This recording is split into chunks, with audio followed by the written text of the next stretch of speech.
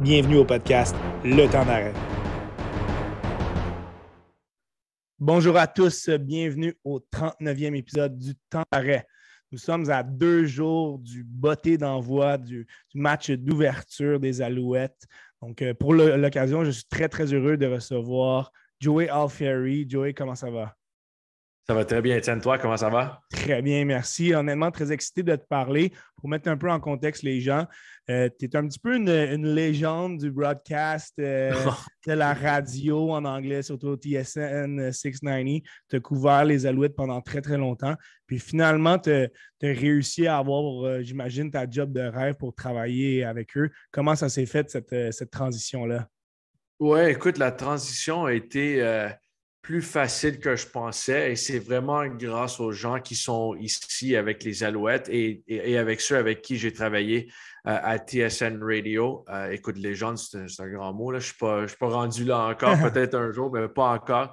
Mais non, écoute, ça s'est fait vers, je te dirais, au mois de décembre. On a eu nos premières conversations et il y avait vraiment un poste qui s'est ouvert ici aux Alouettes et j'ai fait une couple d'appels. On a fait une couple d'entrevues. J'ai partagé ma vision de ce que je voulais faire. Et là, tranquillement, pas vite, on voit qu'en équipe, on commence à faire du bon boulot. Donc, écoute, c'est vraiment, comme tu as dit, c'est un rêve pour moi de travailler pour les Alouettes. Je suis les Alouettes depuis que je suis tout jeune. Là. Écoute, j'ai braillé quand ils ont perdu la première Coupe Grey que j'ai vue en 2000.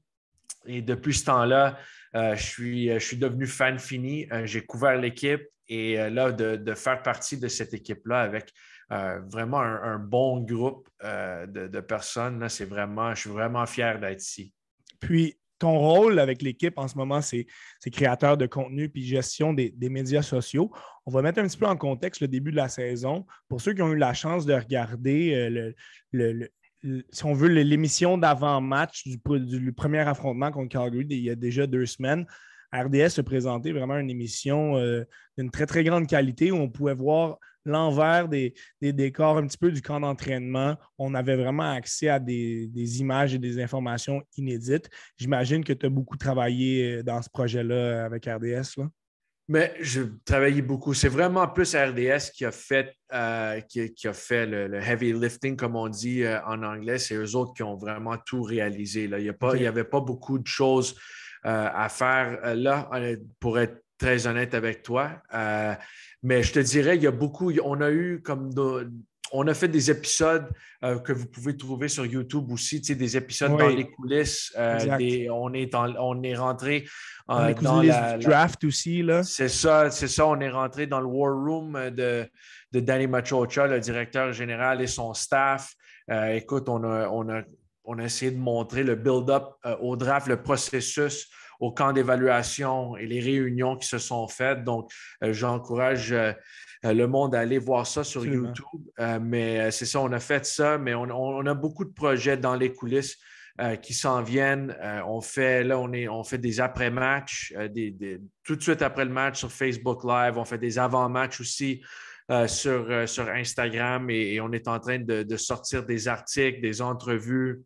On veut faire vraiment beaucoup plus de contenu et avec l'équipe marketing qu'on a, écoute, C'est c'est très quand même réussi. assez. Là. Ouais, c'est facile pour moi de travailler avec ce groupe-là parce ils font vraiment du bon travail. Donc, je suis vraiment content d'être ici avec eux et je pense que juste en ce moment, là, on commence à voir ce qu'on est capable de faire, mais on va monter ça d'un niveau ou deux encore là, pendant la saison. Les partisans des Alouettes sont très, très chanceux d'avoir cette proximité-là et on vous en remercie car ce n'est pas nécessairement dans tous les contextes professionnels qu'on peut sentir qu'on connaît notre équipe et c'est de plus en plus vrai.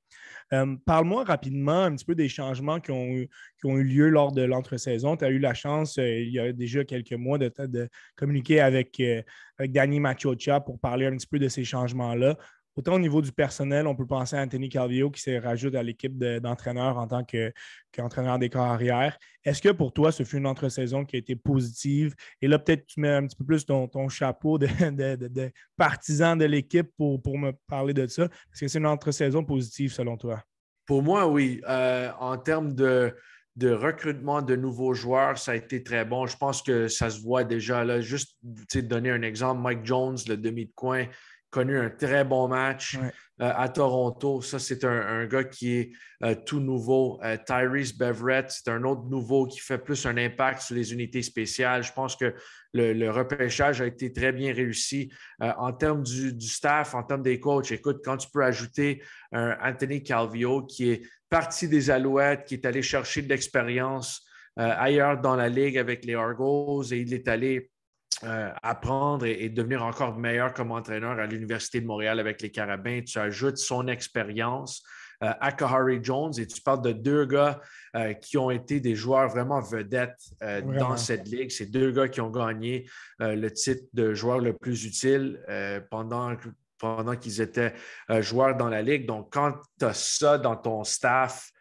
offensif, et là, je sais que Byron Archambault est tout nouveau comme coordonnateur des unités spéciales, mais je trouve que tu vois vraiment déjà une grande différence. Là.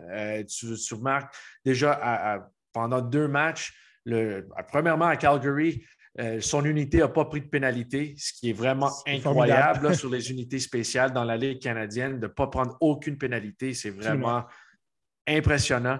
Et contre Toronto, ils ont pris, je pense, 3 pénalités, mais il y avait 2 de ces pénalités-là que moi, je n'étais pas tout à fait d'accord avec les décisions des arbitres. Donc, moi, je trouve que, écoute, vraiment, ils ont fait du bon boulot. Danny Machocha a vraiment fait du bon travail. Kahari Jones est allé chercher des bons entraîneurs. Et je sais qu'à 0-2, c'est difficile, mais c'est pas facile de gagner sur la route. Et les Alouettes ont perdu les 2 matchs sur la route par 4 points. Donc, moi, je pense que ça va se retourner de bord assez rapidement. Et je pense qu'ils vont avoir... Ils ont mis beaucoup d'emphase sur le fait qu'il faut avoir du succès à la maison. Et ça commence jeudi. Je pense que le monde va voir vraiment un bon show jeudi. En terminant avec toi, simplement, peut-être un petit peu mettre un petit retour sur justement ces 2 matchs-là. Comme tu viens de mentionner, ce fut 2 rencontres extrêmement serrées, mais ce qu'on remarque, c'est un petit peu l'hécatombe de blessures importantes. On pourrait se croire à la mi-saison tellement il y a des joueurs importants. On a commencé à Greg Reed, Jordan Jones, les 2 demi de coin qui sont blessés pour au moins 6 matchs. Will Stanback, le porteur de ballon vedette de l'équipe aussi, au moins 6 matchs. Est-ce que tu as une hypothèse de pourquoi ça pourrait arriver où on a vraiment juste été malchanceux et ça fait un petit peu c'est un petit peu ce qui explique la fiche de 0-2 actuellement. Là. Ben, écoute, il y a un peu de malchance là-dedans, là, c'est sûr, parce que la majorité des gars sont quand même en bonne santé, mais ça fait partie du sport, là, ça fait vraiment partie de la game. Écoute, si je regarde les listes des blessés des autres équipes, il y en a encore plus que les Alouettes. Ben, c'est un sport physique, là, tu le sais, c'est pas évident. Écoute, je vais te dire une affaire, c'est pas comme la NFL où tu joues dimanche à dimanche. De temps en temps, tu joues le jeudi, mais tu as une semaine de congé après. Ici, là, on a joué vendredi soir contre le Rouge et Noir, le 2e match hors concours, et jeudi, les Alouettes étaient à Calgary pour jouer leur premier match. C'est une semaine courte, déjà en début d'année. La semaine dernière, c'était jeudi à jeudi. Mais quand même, ils ont déjà une semaine courte qu'ils ont vécu et il va en avoir d'autres. Donc, c'est ça qui va avoir des blessés. C'est normal. Moi, je trouve déjà qu'on en a moins ici que d'ailleurs, mais perdre Greg Reed, perdre Stanback, perdre Jordan Jones, ce n'est pas idéal. Mais je trouve qu'à ces positions-là, ils ont beaucoup de profondeur. Là, j'ai hâte de voir. Josh Renantui a été très bon. Là, Walter Fletcher s'amène d'Edmonton, une transaction qui a été faite la semaine dernière. Très bon joueur aussi. Donc, ça te donne 2 bons demi-offensifs.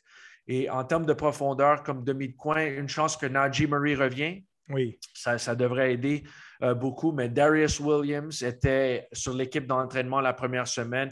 Il rentre dans l'alignement partant de la semaine dernière, réussit une interception. Donc, il y a de la profondeur là-bas aussi. Donc, oui, il y a des blessures. Oui, c'est de la malchance.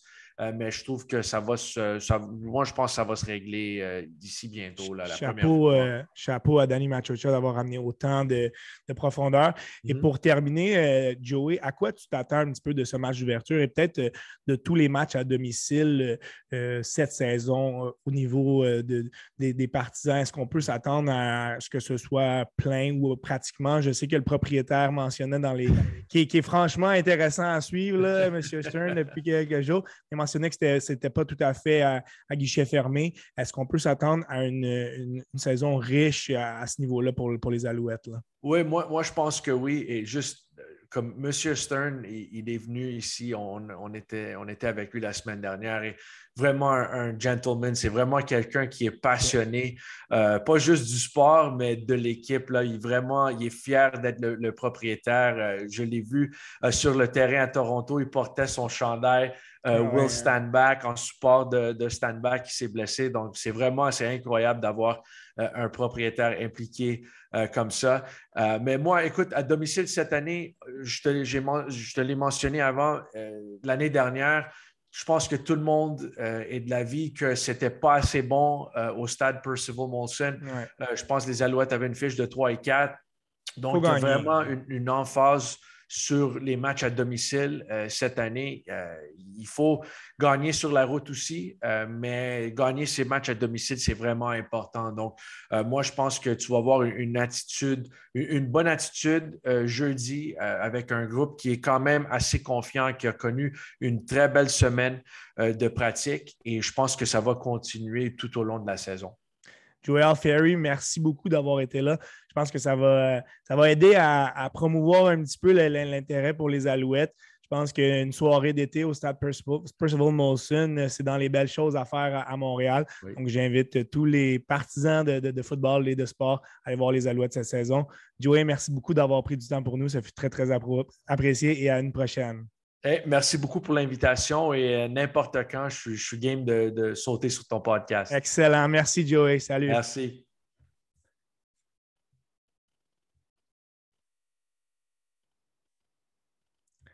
Donc, ce fut Joey Alfieri qui a pris quelques minutes pour nous. Donc, ce fut très, très apprécié d'avoir un employé des Alouettes qui se joint à nous de cette manière, quelqu'un qui est placé à l'interne. Je vais poursuivre le tout un petit peu plus de manière individuelle. On va y aller plus en détail dans ces changements qui ont été faits au niveau de l'alignement pour que les gens connaissent un petit peu à quoi s'attendre en regardant les Alouettes cette année. Au niveau des entraîneurs, bien, on en a parlé. Là, c'est Anthony Calvillo et Byron Archambault fut les changements par rapport à l'année dernière. On va commencer avec la défensive. Depuis l'entrée en poste de Danny Machocha, on peut remarquer que ce fut une priorité pour lui d'adresser la situation du front défensif. Les Alouettes, donc les quatre ou trois joueurs qui font face à la ligne offensive. Donc, ça, c'est le front défensif. Les Alouettes, à l'arrivée de Danny Machocha, n'étaient pas une équipe qui mettait beaucoup de pression sur le corps arrière, n'était pas efficace à arrêter la course. On avait des joueurs un petit peu plus vedettes dans la tertiaire, donc un petit peu plus loin d'où le jeu pouvait être centré. Donc, en plus des ajouts de Armando Sewell, qui en avait été une majeure, et Nick Usher l'année passée, Danny Machocha qui a ajouté dans l'entre-saison l'ancien Eskimos Michael Moore, donc par voie de transaction. Donc, on recrée un petit peu la ligne défensive maintenant des Elks d'Edmonton. Donc, Michael Moore qui, à l'intérieur, va être un excellent joueur pour contrer la course, lui qui remplacera Woody Barron. Et aussi, on est allé chercher Avery Ellis, qui est un excellent joueur pour mettre de la pression sur le corps arrière. Il sera épaulé du jeune Canadien Brian Gowanlock, qui a eu un camp d'entraînement franchement impressionnant.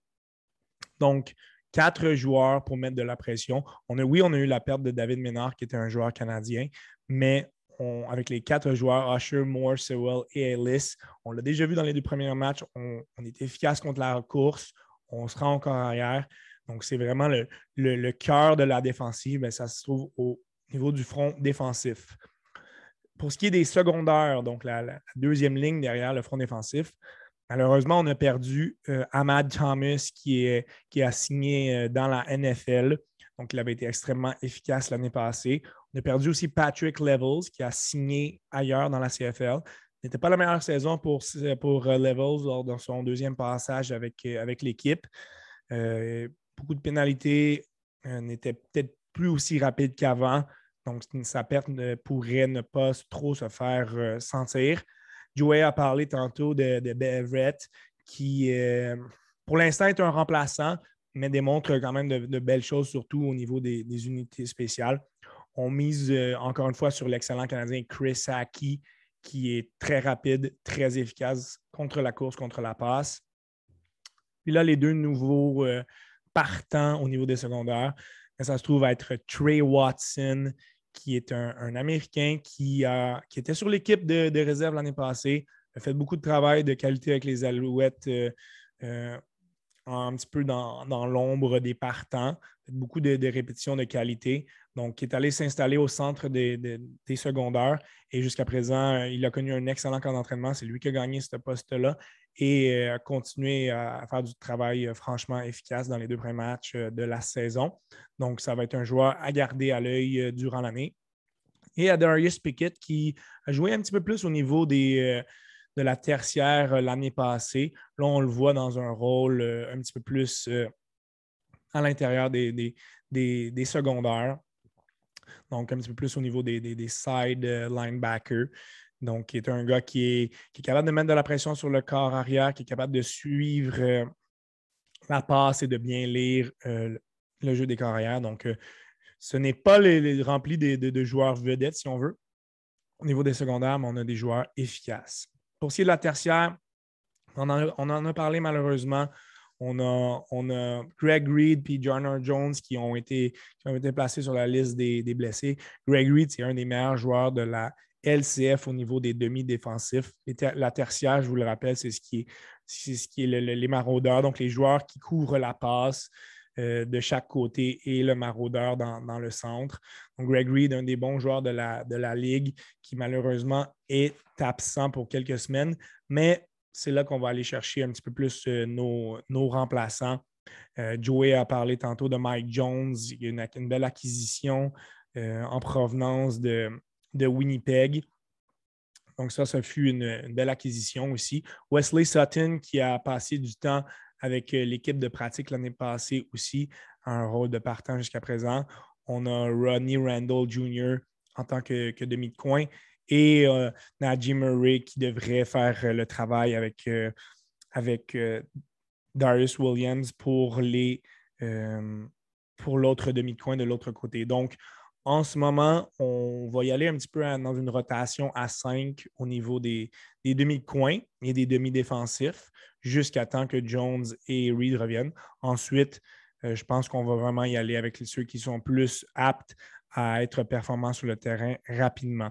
Intéressant aussi de souligner la présence du Québécois Marc-Antoine Dequoy qui prend la place de Ty Cranston comme maraudeur partant. Dequoy qui avait été choix au repêchage de l'équipe l'année passée. Il avait eu un essai avec les Packers de Green Bay, ça n'avait pas fonctionné. Très heureux de le voir de retour. Il a été blessé l'année passée, n'avait pas été un partant indiscutable, mais là, on le voit vraiment, c'est sa place. Et c'est un gars très, très rapide qui lit bien le jeu. Il est en apprentissage, mais ça va être beau de le voir grandir à cette position-là. Au niveau de l'attaque, mais pour commencer sur la ligne offensive, bien, on n'a vraiment aucun changement. Pour noter aussi qu'on est dans une position avec quatre joueurs de ligne canadiens. Donc, Philippe Gagnon et Christian Matt à la position de garde, Sean Jamieson au centre, Lyndon Rice comme bloqueur à droite. On place Chris Schluger comme bloqueur à gauche, un Américain. Et ça ne serait pas surprenant aussi de voir Nick Callender voir du temps aussi. Est-ce qu'il remplace Callender, qui est un Américain? Il a été sur l'équipe de pratique l'année passée, mais il démontre de très, très belles choses lors de ce camp d'entraînement et en pratique. Donc, Callender pourrait remplacer Schluger comme Américain de la ligne ou encore prendre une place peut-être de Philippe Gagnon comme garde à gauche. On sait qu'on peut faire une rotation avec certains joueurs au niveau de la ligne. Si on rajoute un Américain sur la ligne offensive, mais c'est important de noter qu'il faut en ajouter un Canadien à une autre position. Donc, c'est là qui était intéressant dans la Ligue canadienne de jouer avec le ratio des Canadiens et des Américains. Ce n'est pas la chose qui est la plus facile à faire. Donc, si on enlève un poste de partant à un Canadien, bien, il faut lui en donner un autre. Et fait à noter que l'année passée, on y allait souvent avec deux Canadiens aussi en tant que secondaire. Ce n'est pas une stratégie qui semble être adoptée pour le moment. Donc, on semble vraiment garder nos deux Américains en tant que position de secondaire. Pour ce qui est de l'attaque, bien, une des surprises depuis le début de la saison, c'est de voir que Trevor Harris a un petit peu pris la place de Vernon Adams en tant que corps partant. Les deux ont connu un excellent camp d'entraînement. C'est Vernon Adams qui a eu la pole pour débuter. Mais là, il a été chassé du match lors de la semaine passée contre Toronto. Là, bien, il n'y aura pas vraiment de débat. Adams a contracté la COVID, donc ne sera pas le corps partant pour le match d'ouverture. Ce sera Trevor Harris. Mais j'ai l'impression que dans les semaines qui viennent, si Harris réussit à installer un bon rythme de jeu, on sait que c'est un corps qui est plus cérébral que Adams. Pardon. Il risque d'être capable d'avoir du succès avec l'équipe. Pour ce qui est des receveurs, on a laissé un poste de partant à Reggie White Jr., qui remplace vraisemblablement BJ Cunningham. White aussi, qui était avec les Alouettes l'année passée, n'avait pas vraiment le poste de partant, mais c'est un jeune joueur très explosif, des mains qui sont sûres, donc il a fait un excellent travail lors du camp d'entraînement. On lui a donné le poste. BJ Cunningham qui a signé ailleurs pour éventuellement être libéré. L'autre changement marquant, c'est le fait que Quan Bray, qui a été libéré lors du camp d'entraînement, ce fut un joueur qui a eu beaucoup de succès par le passé avec les Alouettes. Mais ça a été l'arrivée du Canadien Urji Mayala, qui joue avec les Stampeders de Calgary par le passé, a permis cette décision de libérer Quan Bray. Donc, ça fait en sorte qu'on a un Canadien de plus sur les receveurs partants. Donc, ce qui est intéressant aussi, on a un poste de partant à un Canadien, ce qu'on n'avait pas par le passé. Donc, ça a permis d'avoir un joueur américain ailleurs. Jake Wieneke, Gino Lewis, qui sont toujours parmi les deux des meilleurs receveurs de l'équipe. Wieneke, qui ne voit pas beaucoup d'action depuis le début de la saison, ça pourrait changer avec la présence de Harris de manière un petit peu plus permanente. Gino Lewis qui reste un des sinon le meilleur receveur de la Ligue. Donc, un gars très, très explosif, des mains très sûres. Donc, toujours très, très beau à voir aller. On a des Canadiens aussi qui sont en position d'avoir un impact en tant que receveur de l'équipe, pas nécessairement en tant que partant, mais on a sélectionné Tyson Philpott avec le choix de première ronde de l'équipe. Kian Julian Grant, qui est un Canadien qui est toujours là, c'est pas mal le receveur canadien en extra qui a le plus de temps de jeu. Régis Sibassou aussi, qui est une option. J'ai oublié de mentionner dans la position de secondaire, le premier choix au total, ça a été une erreur de ma part. Les Alouettes ont choisi le premier choix au total, on choisit Tyrell Richards, qui provenait de l'université américaine. Donc, c'est un gars qui est extrêmement rapide pour sa grosseur. Potentiel partant très, très bientôt. Donc, au niveau des secondaires, que ce soit en situation de blessé, je pense qu'actuellement, Richards est en apprentissage. On le voit déjà avoir un impact sur les unités spéciales. Mais ce ne sera pas très, très long avant que Richards puisse potentiellement s'imposer et avoir du succès en tant que remplaçant, voire même de partant d'ici la fin de saison, à la position de secondaire. J'en ai parlé avec Joey, malheureusement. William Stanback s'est blessé. C'était le running back, le porteur de ballon vedette de l'équipe. C'était un des bons joueurs du circuit, un des sinon le meilleur porteur de ballon de l'équipe. S'est blessé au premier match. On a vu Deshaun Antwi, qui est un Canadien, donc on donne le poste de partant à un Canadien pour l'instant. Antwi qui a fait du travail correct à Toronto. On ne lui a pas énormément donné le ballon. C'est peut-être dû au fait qu'il n'avait pas eu une tonne de répétitions. Là, on a eu une semaine complète. Est-ce qu'on va un petit peu plus appeler l'autre porteur de ballon américain acquis récemment des Elks, Walter Fletcher? Joey mentionnait qu'on a vu des très belles choses de lui en pratique.